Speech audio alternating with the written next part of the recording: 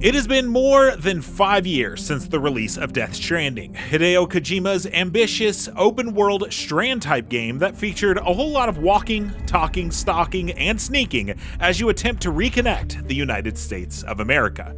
If you beat the game in the first couple of months since its release and then never looked back, you might be surprised to learn that Death Stranding in 2025 is actually quite more feature-packed than it was when it first came out. So, if the release of the upcoming sequel has reignited your desire to reconnect the chiral network once again, here's a guide on everything added to Death Stranding since its initial release.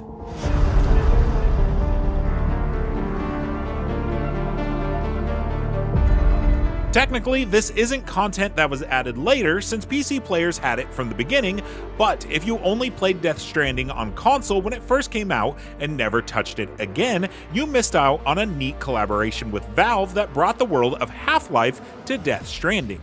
You could equip Sam with Gordon Freeman's glasses, decorate his head with Valve's Valve, and there's even a headcrab hat. The rewards weren't just cosmetic either. Sam could find blueprints to fabricate a truck with the iconic Half-Life Lambda logo, and most substantially, he could even find gravity gloves that would allow him to pick up items from afar.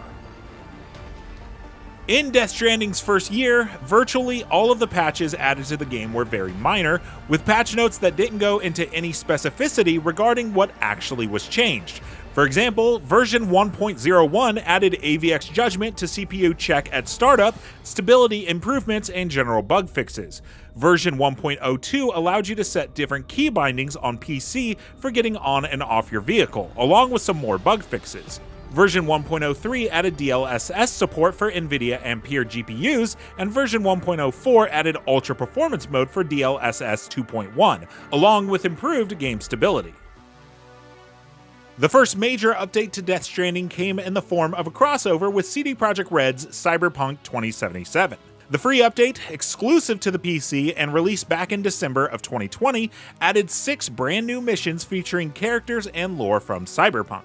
Basically, these missions had you finding chips that you can then bring back for cool cyberpunk-inspired hacking abilities and rewards. You could gain the ability to mark destinations on your compass, short-circuit enemies and vehicles, and disable sentry towers. And you'll also be able to get V's facial pattern, a Yaiba Kusanagi red trike, Johnny Silverhand's glasses, and even Johnny's literal silver hand that would give a nice boost to your melee attack.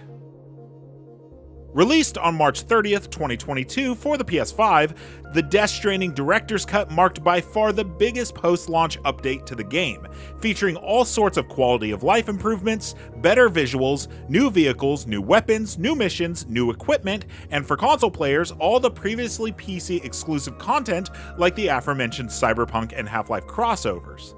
To dive into the specifics of everything that the Director's Cut added, let's start with the surface level stuff. The original Death Stranding released on the PS4, so the Director's Cut was largely positioned as an upgrade for players who wanted to play the game with the upgraded power of the PlayStation 5. As such, the Director's Cut definitely looks cleaner and sharper, with some especially noticeable improvement when it comes to the water effects.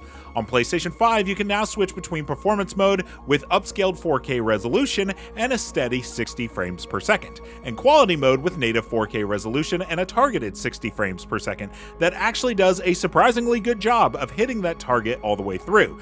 As far as the quality of life improvements go, the Director's Cut adds replayable boss battles, a floating carrier can now be taken with you on a zipline, dramatically improving their usefulness. There's a reverse trike transporter now that lets you carry cargo with a reverse trike, and you can even use strands to tie down cargo to your transports so they don't go careening everywhere if you take a fall. New weapons and equipment were added to the Director's Cut as well, with the most notable one probably being the cargo catapult. With this bad boy, you can load up a bunch of cargo into a pod, then launch it a great distance, which is super helpful when getting your cargo over small hills or across otherwise treacherous rivers. You can also build jump ramps for sick tricks with your reverse trike, or the brand new Roadster vehicle. You can make chiral bridges that only allow those with permission to cross over them. You can equip yourself with a new weapon called the Mazer Gun that shoots streams of continuous electricity that can short-circuit enemy mules and vehicles. You can also utilize a new buddy bot to help transport either yourself or your cargo, and you can even use new hand-to-hand combat techniques, like a dropkick, a crossbody splash, and more. Two other big additions to Death Stranding come in the form of a firing range and a racetrack. The former is much more than just a place to test out Sam's weapons. It's also got its own set of drills that can be attempted like time trials with predetermined loadouts and enemy placements, complete with online leaderboards for you to record and compare your best times. The new racetrack also has online leaderboards and allows you to race on several different courses with the reverse trike, truck, and roadster.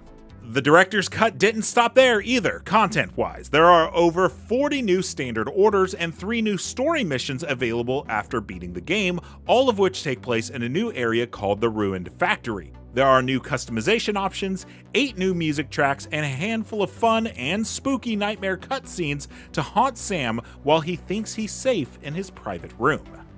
Finally, while this isn't content, the last few notable things to happen with Death Stranding was its release on Xbox Series consoles and compatible iPhone, iPad, and Mac devices, allowing even more people to get in on the fun. And that's just about everything that's been added to Death Stranding since launch. A lot of quality of life improvements that make getting around a little less arduous, some truly excellent new toys to play around with that add to the experience without breaking it, a bunch of new content both in the form of side activities and story missions, and a handful of touches that just in general make the game more enjoyable to play. Thanks for watching, and for more on Death Stranding and the upcoming Death Stranding 2, keep it here on IGN.